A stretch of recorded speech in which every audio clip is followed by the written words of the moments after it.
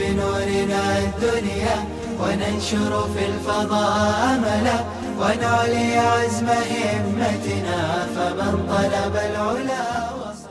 الحمد لله رب العالمين والعاقبة للمتقين والصلاة والسلام على سيد الأنبياء والمرسلين سيدنا وحبيبنا وحبيب رب العالمين محمد وعلى آله وأصحابه ومن هدى بهديه إلى يوم الدين. قرآن کریم پر مستشرقین کے اعتراضات میں سے ایک اعتراض یہ ہے کہ قرآن کریم کے الفاظ نبی کریم صلی اللہ علیہ وسلم کے صرف آپ کے قلب پر معانی کا نزول ہوتا تھا. کچھ جدت پسند مسلمانوں نے بھی اس بات کو لے لیا ہے، مگر یہ سراسر بے بنیاد اور غلط ہے. اس لیے کہ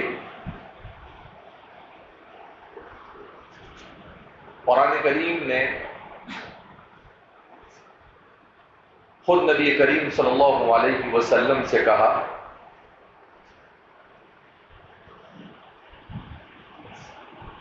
کہ اس کی تلاوت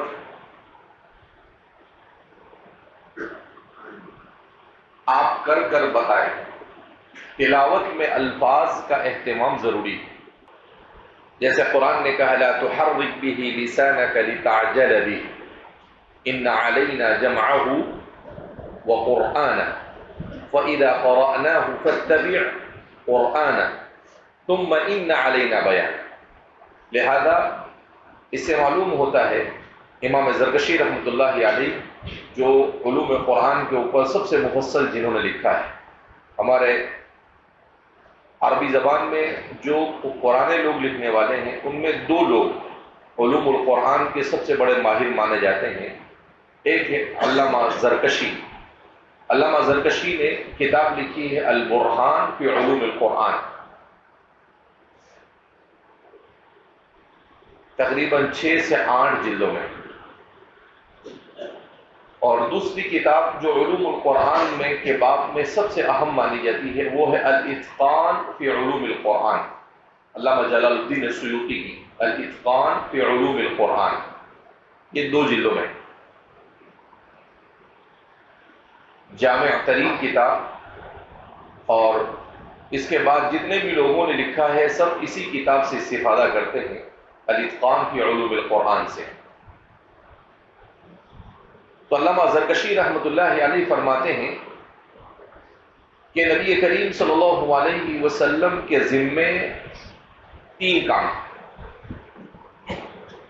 نمبر 1، قرآن کے الفاظ کو یاد کر کر امت کو سنانا.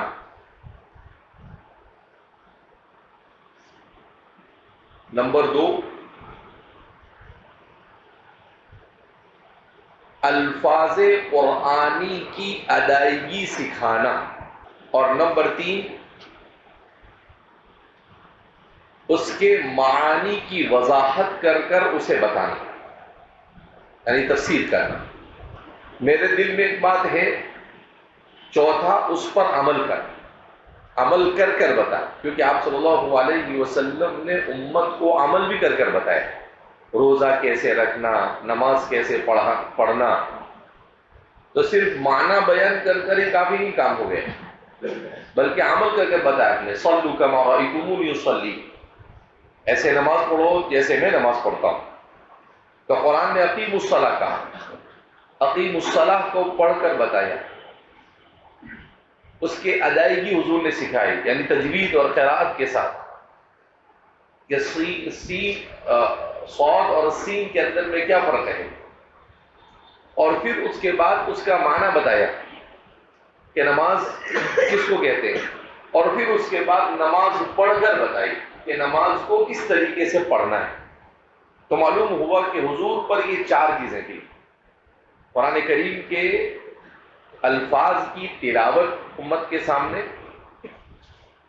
اس کی تلاوت کا طریقہ یعنی تجوید کے ساتھ، قراءت کے ساتھ، اس کے معانی کی وضاحت یعنی تفسیر، اور اس پر عمل یعنی اس کی فقاہت۔ لہذا اس بنا پر جو لوگ یہ دعویٰ کرتے ہیں کہ قرآن کریم کے معانی حضور پر نازل ہوتے ہیں، حضور پر الفاظ نازل، اسی لیے ہمارے علماء نے لکھا ہے کہ نبی کریم صلی اللہ علیہ وسلم پر جو وحی نازل ہوتی تھی، ایک تو قرآن کی صورت میں، اس میں حضور کے لیے ضروری تھا کہ الفاظ کی بھی اتباع کریں، اپنی طرف سے کسی لفظ کی کمی زیادتی رسول اللہ صلی اللہ علیہ وسلم کے لیے درست نہیں، جو لفظ جو حرف نازل ہو وہی، اس میں کچھ کر نہیں کر سکتے تھے۔ دوسرے نمبر پر اللہ کے رسول صلی اللہ علیہ وسلم پر بعض مرتبہ جو وحی نازل ہوتی تھی وہ قرآن کا حصہ نہیں ہوتی تھی، مگر اس میں بھی الفاظ کی تقریباً آپ رعایت کرتے تھے، جیسے احادیث قدسیہ، جیسے احادیث قدسیہ۔ تو احادیث قدسیہ میں جیسے حدیث قدسی آپ نے بارہا سنی ہوگی کہ اللہ رب العزت نبی کریم صلی اللہ علیہ وسلم کی زبان سے کہلواتا ہے، تو احادیث قدسیہ میں بھی حضور الفاظ کی رعایت کرتے ہیں۔ تیسرے نمبر پر احادیث مبارکہ، عام احادیث، اس میں حضور کے اوپر صرف معانی کا القاء ہوتا تھا اور الفاظ اللہ کے رسول صلی اللہ علیہ وسلم کے ہوتے تھے۔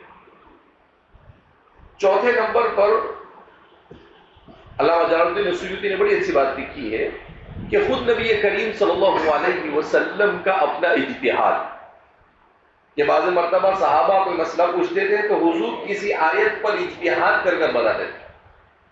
جیسے صحابہ نے پوچھا کہ بلی کا جھوٹا کیسا ہے، تو حضور نے کہا طوافین علیکم والطوافات، تو یہ حضور کا اجتہاد، یہ کیا تھا؟ رسول اللہ صلی اللہ علیہ وسلم کا اجتہاد تھا کہ استئذان کے مسئلے میں کوئی آدمی جب گھر میں داخل ہو تو اجازت لے کر جانا ہے، تو استئذان کے مسئلے میں جو لوگ بکثرت گھر میں آتے جاتے رہتے ہیں ان کو بار بار اجازت دینے سے لینے والے کو بھی اور جو گھر میں ہے اس کو بھی خلل ہوتا ہے، لہذا استئذان کیا ہو جاتا ہے؟ ثابت ہو جاتا ہے، اجازت دینے کی ضرورت، جیسے غلام وغیرہ کام کرنے والے جو ہوتے تھے ان کے اوپر۔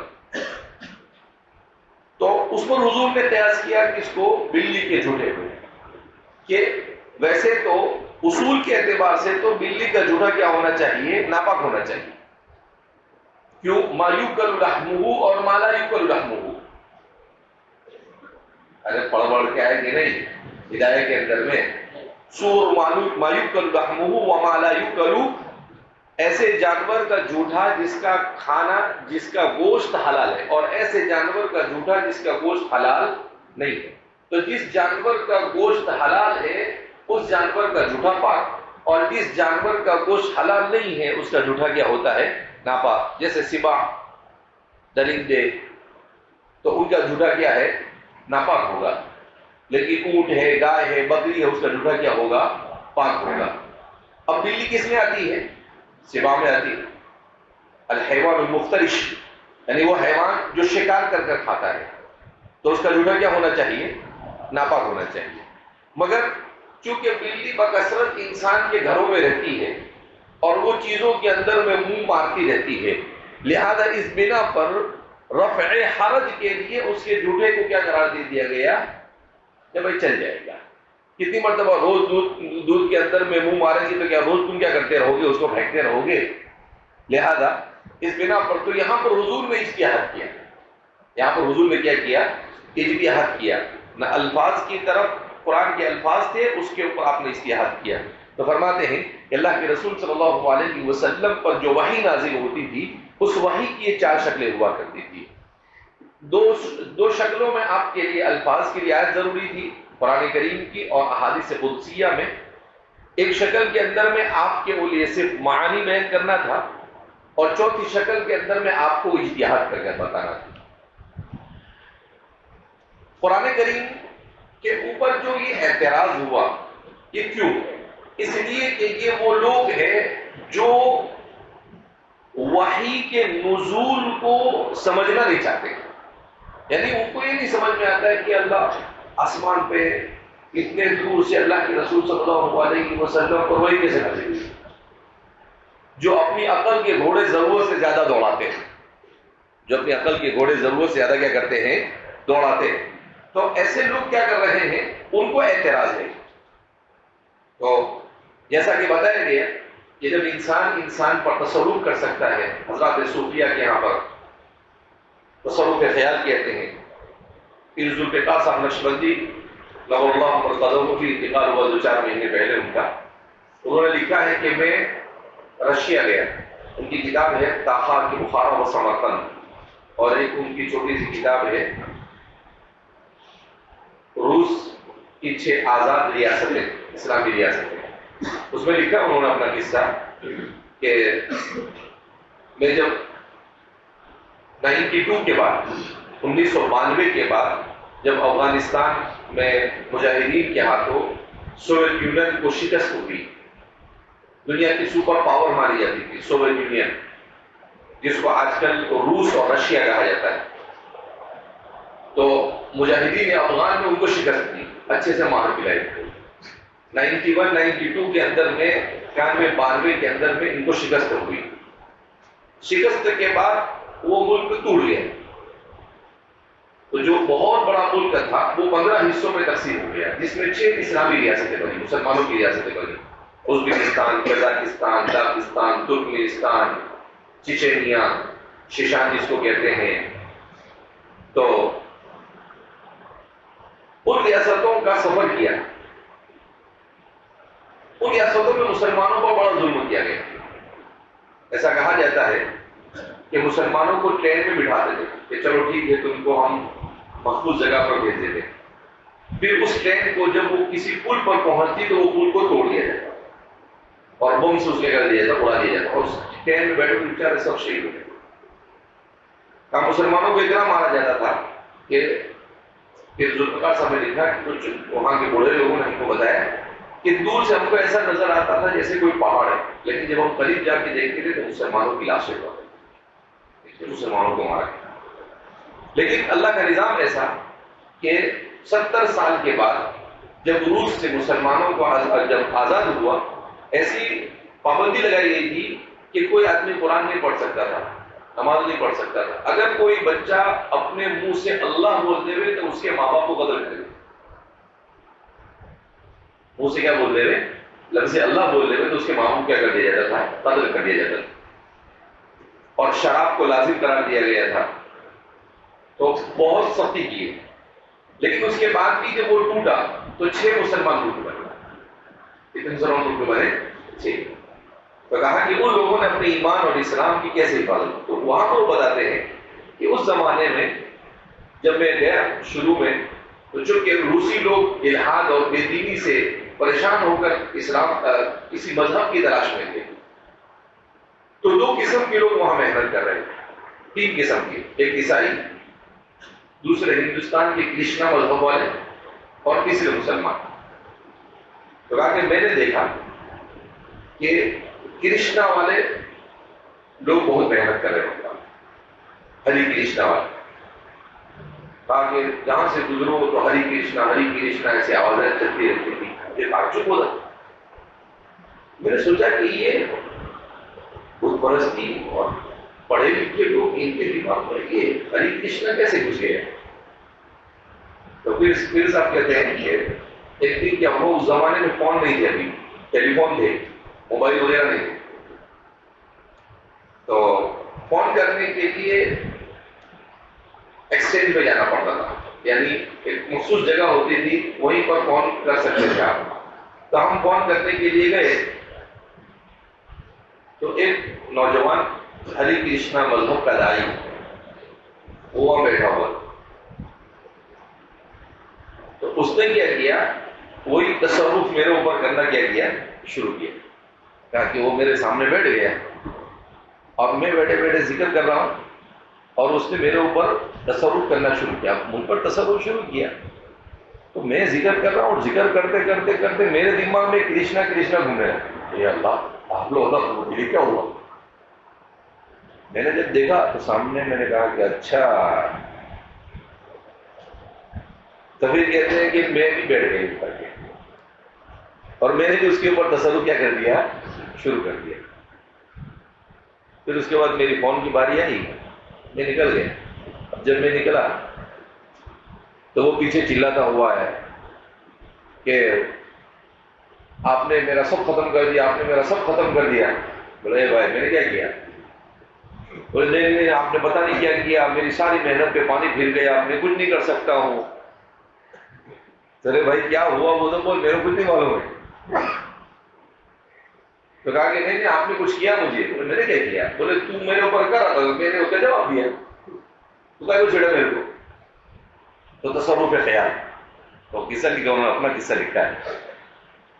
بہرحال تو چونکہ وہ مجاہدہ کر کر انسان اپنے اندر باطل طاقت بھی ہوتی ہے، پھر بھی وہ بھوکے رہتے ہیں 8 دن 10 دن تک، اور ایسی چیزیں کرتے ہیں پہاڑوں کے اندر، جنگلوں کے اندر میں. تو ان کے اندر میں بھی باطل طاقتیں ان کا تعاون کرتی ہے شیاطین. تو ان میں بھی وہ طاقت آ جاتی ہے کہ وہ دوسرے کے اوپر اپنا تصرف کر سکتے ہیں، اپنے خیالات کو دوسرے پر انڈیل سکتے ہیں. تو وہ سیکھا ہوا تھا. اب جب وہ حق کے سامنے آتے ہیں تو پھر وہ حق کے سامنے ملیامٹ ہو جاتا ہے. اہل حق جب ذکر اللہ کے عادی ہوتے ہیں اور مضبوط ایمان والے ہوتے ہیں تو پھر ان کے سامنے وہ ٹک سکتے ہیں. اس کو تصرف خیال کہتے ہیں. تو فرماتے ہیں کہ وہ اس کا سب ختم ہو گیا. بہرحال وہ بعد میں دوسرے دن آ کر مسلمان بھی ہو گیا. تو فرماتے ہیں کہ وہ لوگ کس طریقے سے دعوت کا، پھر مجھے سمجھ میں کہ اچھا ان کی دعوت دینے کا طریقہ یہ ہے کہ یہ دماغ کے اوپر کیا کرتے ہیں، تصرف خیال کے ذریعے سے اس کو ہائیجیک کرتے ہیں دماغ کو، اور دماغ کو ہائیجیک کرنے کے بعد اس کے دماغ میں ڈالتے ہیں. تو وہ سامنے والا، ظاہر سی بات ہے کہ کسی آدمی کے دماغ کو آپ ہائیجیک کرو تو متاثر ہو جاتا ہے کہ یار یہ تو بہت بھاری ہے، بہت بڑا اللہ کا ولی لگتا ہے، کوئی ایسے ہی سمجھتا ہے آدمی کا. اس طریقے سے انہوں نے کرشنا مذہب کو کیا کیا تھا، عام کیا تھا. تو وہی جب انسان ایسا کر سکتا ہے تصرفی خیال سے، یہ بالکل زندہ واقعہ مجھے اچانک یاد آیا. اور ایسے ہی آپ کو بتایا گیا کہ مسمرزم کے ذریعے سے، ہیپٹالزم کے ذریعے سے، ان چیزوں کے ذریعے سے جب انسان سب کچھ کر سکتا ہے تو وہ خالق اور مالک جس نے انسان کو پیدا کیا، سب کچھ کیا، اس کے لیے وحی کا نازل کرنا اپنے نبی کے اوپر کوئی بعید از عقل اور بعید از قیاس نہیں. تو اگر یہ بات سمجھ میں آ جاتی ہے تو پھر یہ اعتراض باقی نہیں رہتا ہے. یہ اعتراض کب ہوتا ہے؟ جب یہ بات سمجھ میں، وہی سمجھ میں نہ آئے. لیکن جب وہی سمجھ میں آ جائے تو کوئی مسئلہ ہی باقی رہتا نہیں. اب کسی کو نہیں سمجھنا ہو تو پھر اس کا ہمارے پاس کوئی علاج نہیں. جتنا ہے انسان سمجھا ہی سکتا ہے، اس کے علاوہ اور دوسرا کچھ کر سکتا نہیں ہے. تو فرماتے ہیں کہ یہ صرف اس وجہ سے یہ لوگ ایسا کرتے ہیں کہ ان لوگوں کو وہی سمجھ میں نہیں آتی. اب جو مستشرقین سے متاثر ہوتے ہیں وہ لوگ بھی ایسی حرکتیں کرتے ہیں، وہ اسی لیے کرتے ہیں کہ ان کو وہی سمجھ میں نہیں آتی ہے. لیکن الحمدللہ ہم سب کو وہی سمجھ میں کیوں نہیں آئے گی؟ ہم کو نہیں سمجھ میں آئے گی، جس کو سمجھ میں آئے گی. لیکن ہمارے لیے جاننا اس لیے ضروری ہے کہ کبھی کوئی ہمیں پوچھے تو ہم اس کو اس کا جواب دے سکے. تو فرمایا کہ الفاظ ہی اللہ کے رسول پر نازل ہوتے تھے وحی کے ذریعے سے، جس کے مختلف طریقے سے پہلے بتائے گئے، اور انہی الفاظ کو اللہ کے رسول صلی اللہ علیہ وسلم نے امت تک کیا کیا، پہنچایا. اسی لیے تو میں نے کہا 12 جلد 15 جلد 50 جلد 60 جلد میں تو اس کی لغت کے اور اس کے اشتقاق کے اوپر لوگ ابھی بھی کیا کر رہے ہیں، کام کر رہے ہیں. 60 70 جلدیں لکھ رہے ہیں اس کے لغت اور اشتقاق کے اوپر. تو یہ اسی وقت ممکن ہے جب اللہ کا کلام، انسان کے کلام کے اندر میں اتنی جامعیت اور معنیت یہ ہو سکتی نہیں ہے.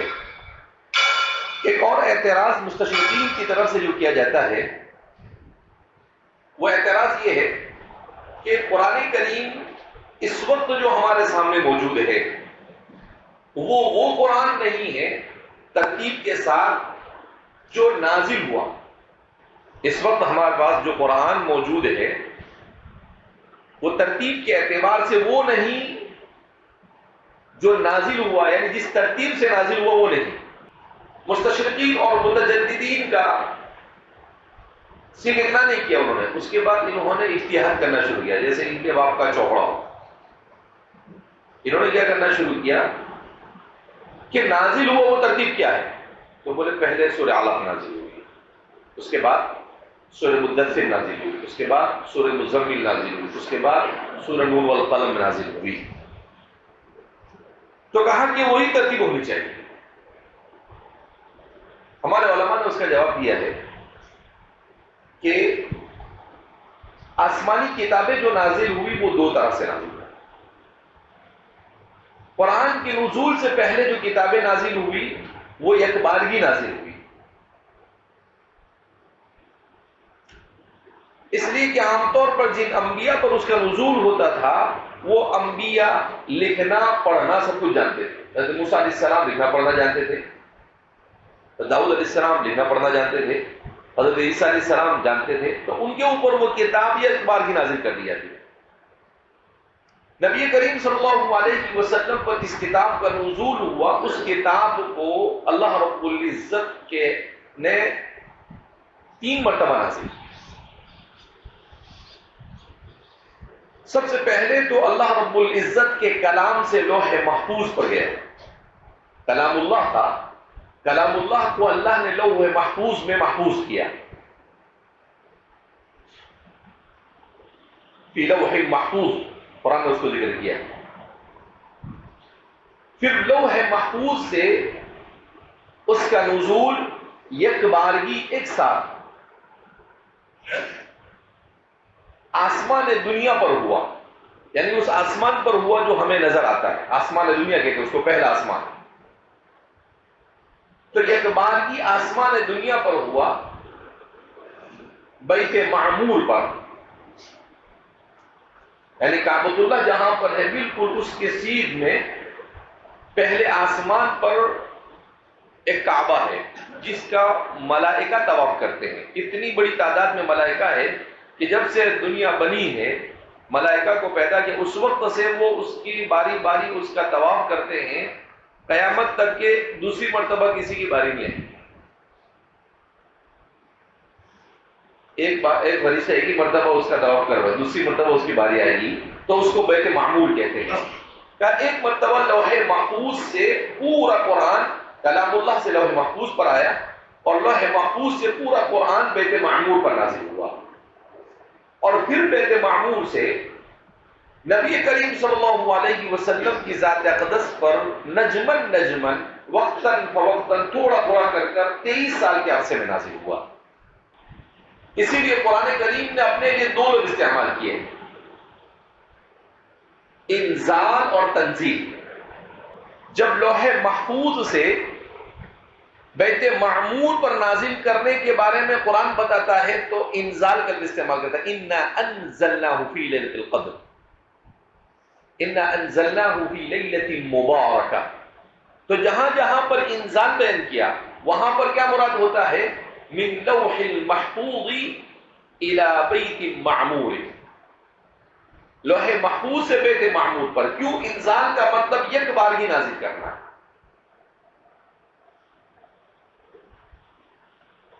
اور جہاں پر تنزیل کی تعبیر استعمال کی اس سے مراد بیت معمور سے رسول اللہ صلی اللہ علیہ وسلم کی ذات پر 23 سال میں اس کا نزول۔ تنزیل من حکیم حمید، تنزیل الکتاب لا ریب فیہ من رب العالمین۔ تو تنزیل کا بھی استعمال کرتا ہے، اس کا مطلب تھوڑا تھوڑا کر نازل ہونا۔ اللہ کے رسول صلی اللہ علیہ وسلم پر جو تھوڑا تھوڑا کر نازل کیا گیا اس کی بہت ساری حکمتیں بیان کی ہے۔ ہمارے علوم القرآن کے مصنفین نے اس میں ایک حکمت یہ بیان کی ہے کہ ایک تو یہ کہ قرآن کریم لوح محفوظ پر بھی محفوظ ہوا، بیت معمور پر بھی محفوظ ہوا، تو اس میں کسی قسم کے کلام اللہ ہونے میں اور اس کی تحریف میں کوئی گنجائش باقی نہیں، ایسا اس کو اترنے سے پہلے ہی محفوظ کر دیا گیا۔ پھر رسول اللہ صلی اللہ علیہ وسلم پر جب نازل کیا گیا تو چونکہ آپ پڑھے لکھے نہیں تھے لہذا حکمت کا تقاضا یہ تھا کہ آپ پر تھوڑا تھوڑا کر نازل کیا جائے تاکہ آپ کو اچھی طرح سے یاد رہے، ایک بات۔ دوسری کہ اس کو تھوڑا تھوڑا کر اس لیے نازل کیا تاکہ صحابہ کے لیے اس پر عمل کرنا آسان، کیونکہ آسان نہیں تھا۔ ایک ساتھ اگر قرآن کریم پورا 114 صورتیں نازل ہو جاتی تو اس کے اوپر عمل کرنا مشکل ہوتا. جاہلیت کے دور سے ابھی تو نکل کر آ رہے تھے اور سیدھا ان کے اوپر ساری چیزیں ایک ساتھ کیا ہو جاتی. روزہ بھی فرض، نماز بھی فرض، زکوٰۃ بھی فرض، صدقہ بھی فرض، ساری چیزیں ایک ساتھ فرض ہو جاتی تو ان کے لیے کیا ہو جاتا؟ دشوار ہوتا. کیوں؟ جبل گردت جبلت نمی گردت. انسان کی عادتوں کو ختم کرنا آسان نہیں ہوتا ہے، تو ان کی عادتوں کو، بری عادتوں کی جگہ اچھی عادتیں اس طرح سے ڈالنا تھا کہ وہ اپنے بعد قیامت تک آنے والے انسانوں کے لیے بری عادتوں کے بدلنے والے بنے. تو اتنے پرفیکٹ ان کو بنانا تھا. اس کے لیے تنزیل ضروری تھا، لہذا اس کو تنزیل کے ساتھ کیا گیا، نازل کیا گیا. مگر اللہ کے رسول صلی اللہ علیہ وسلم پر جب قرآن کا نزول ہوتا تھا تو نزول کے ساتھ آپ فرما دیتے تھے کہ یہ آیت فلاں سورت میں فلاں آیت کے بعد اور فلاں آیت سے پہلے، اور یہ سورت فلاں سورت کے بعد ہے. جیسے سورہ آل عمران نازل ہوئی تو کہا کہ اس کو کہاں پر رکھنا ہے؟ سورہ بقرہ کے بعد رکھنا ہے. سورہ نساء آئی تو کہا اس کو سورہ آل عمران کے. تو اللہ کے رسول صلی اللہ علیہ وسلم نے یہ پوری ترتیب بتا دی. تو یہ ترتیب بھی منزل من اللہ ہے، اس لیے کہ اس کی ترتیب میں بھی اختلاف پایا جاتا تھا کہ یہ ترتیب صحابہ کی ہے یا منزل من اللہ ہے. جمہور کا کہنا یہ ہے کہ ترتیب اصلاً تو منزل من اللہ ہے، صرف ایک سورت کی ترتیب میں صحابہ نے اجتہاد کیا اور وہ ہے سورہ توبہ. کہ سورہ توبہ کے بارے میں نہیں معلوم ہو سکا اس کو کہاں ہونا چاہیے، تو مضامین کو دیکھ کر اس کو سورہ توبہ کو سورہ اعراف کے بعد کیا کر دیا گیا؟ رکھ دیا گیا. تو فرماتے ہیں کہ سورہ توبہ کے سلسلے میں سورہ انفال کے بعد ہے، سورہ انفال کے بعد رکھا گیا. تو سورہ توبہ کو صحابہ نے اپنے اجتہاد سے رکھا، ورنہ اس کے علاوہ پورا قرآن یہ ترتیب نزولی جو ہے اب اس کی ضرورت نہیں ہم کو. اب جو ترتیب مصحفی ہے اسی ترتیب مصحفی سے پڑھنا بھی ہے اور اسی ترتیب مصحفی سے سمجھنا بھی ہے. بعض مستشرقین نے اجتہاد کیا، کہا کہ نہیں اس کی ترتیب یہ تھی. اب قرآن کریم کی ترتیب مصحفی حضرات صحابہ کے بعد ایسی رائج ہو گئی کہ ترتیب نزولی یہ محفوظ نہیں رہی، اس کی ضرورت نہیں تھی. کچھ جگہوں پر معلوم ہے کہ فلاں صورت کے بعد ہے، لیکن پوری کی پوری ترتیب نزولی محفوظ نہیں اور اس کی ضرورت بھی نہیں. تو انہوں نے کیا کیا؟ مستشرقین کا اپنا اتحاد کر کسی نے یہ ترتیب بنائی، کسی نے وہ ترتیب بنائی. کسی نے کہا کہ سورہ مدثر پہلے نازل ہوئی، کسی نے کہا سورہ مزمل پہلے نازل ہوئی، کسی نے کہا لیکن سیدھی سی بات ہے سورہ علق بھی پہلے نازل ہوئی. اس کے بعد فترۃ الوحی 3 سال تک وہی نازل ہوئی، پھر 3 سال کے بعد سورہ مدثر نازل ہوئی. تو اب وہ صحابہ نے اپنے طور پر جابر نے سمجھایا، مستشرقین ان کو عربی اور بھی آتی نہیں، ٹوٹی پھوٹی عربی سیکھ لیا اور پھر لوچا. لہذا اس بنا پر انہوں نے اپنی ترتیب. کچھ مسلمان بھی ایسے کھڑے ہوئے علماء جنہوں نے ترتیب نزولی کے اعتبار سے قرآن کریم کو کیا کیا؟ تفسیری لکھی انہوں نے، اور اس تفسیر کے اندر میں ترتیب نزولی کا کیا. لہذا اس میں 2 قسم کے لوگ ہیں. کچھ لوگ تو شدت پسند ذہنیت کے ہیں، کچھ اچھے لوگوں سے بھی یہ چوک ہوئی. جیسے ملک شام کے ایک بہت بڑے عالم الدکتور عبد الرحمن حبنکا المیدانی، الشیخ عبد الرحمن حبنکا، بہت زبردست عالم، بہت پائے گیا. انہوں نے قرآن کریم کی تفسیر کی التفکر والتدبر فی القرآن الکریم، معارج التفکر والتدبر. تو معارج التفکر والتدبر کیسے کیا؟ انہوں نے پہلے سورہ علق کی تفسیر کی، پھر اس کے بعد جو صورتیں نازل ہوئی تو ترتیب نزولی کے اعتبار سے انہوں نے اس کی تفسیر کی. انہوں نے ایسا اس لیے کیا کہ بھائی کوئی دوسرا الٹا سلٹا کرے اس سے اچھا ہے ہم نے بھی کر کیا کر دو، بتا دو، اس لیے کیا. لیکن صحیح یہ ہے کہ ہمیں اس ترتیب کی کوئی ضرورت ہے نہیں. ترتیب مصحفی جو ہمارے سامنے ہے یہ اتنی متواتر ہے کہ اب ترتیب نزولی کی طرف جانے کی ضرورت نہیں. البتہ اس کے باوجود بھی آپ قرآن کریم کو پڑھیں گے تو قرآن کریم میں 2 نمبر لکھے ہوتے ہیں، ایک نمبر سیدھے ہاتھ کی طرف اور ایک نمبر بائیں ہاتھ کی طرف. ہے کسی کے پاس قرآن؟ کھولو اس کو، سورہ فاتحہ کھولو، دیکھو